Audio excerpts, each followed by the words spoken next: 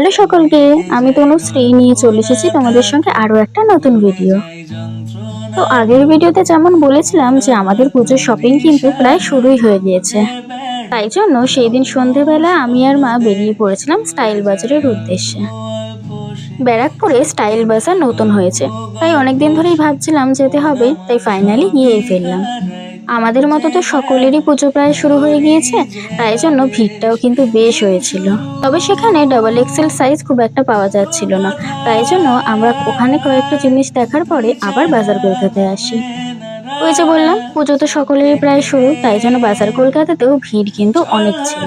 পুজো shopping করতে আসবো আর ভিড়ে একটু ঠেলাঠেলি করবো না, তা কি হয় নাকি? তারপরে এদিক সেদিক এটা ওটা দেখবার পরে ফাইনালি কিছু জিনিস পছন্দ হয় আর সেগুলো বাড়ির জন্য নিয়ে যাই। জানো তো, আরো অনেক কিছু নেওয়ার ইচ্ছে ছিল, কিন্তু ট্রায়াল রুমে এত লম্বা লাইন আর দাঁড়াতে ইচ্ছে করলো না, যে তাই জন্য ভাবলাম অন্য সময় আসবো। মোটামুটি দুপুরের দিকটা ফাঁকা থাকে, আমরা যেহেতু একদম সন্ধ্যাবেলায় এসেছি, তাই জন্য এতটা ভিড় পোহাতে হলো। আমরা বাইরে বেরিয়েছি আর একটু তো খাওয়া দাওয়া হবেই, কিন্তু বেশ কয়েকদিন ধরে বাইরের খাবার খেয়েছি বলে আজকে ভেবেছিলাম খুব হালকা কিছু খাবো, তাই জন্য আইসক্রিম কিনে নিয়েছিলাম।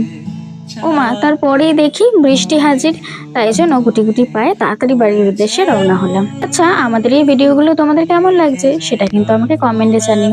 আর তোমরা কেউ সাবস্ক্রাইব করছো না, তাই তাড়াতাড়ি করে আমাদের চ্যানেলগুলো সাবস্ক্রাইব করে দাও। সরি, চ্যানেলটা সাবস্ক্রাইব করে দাও।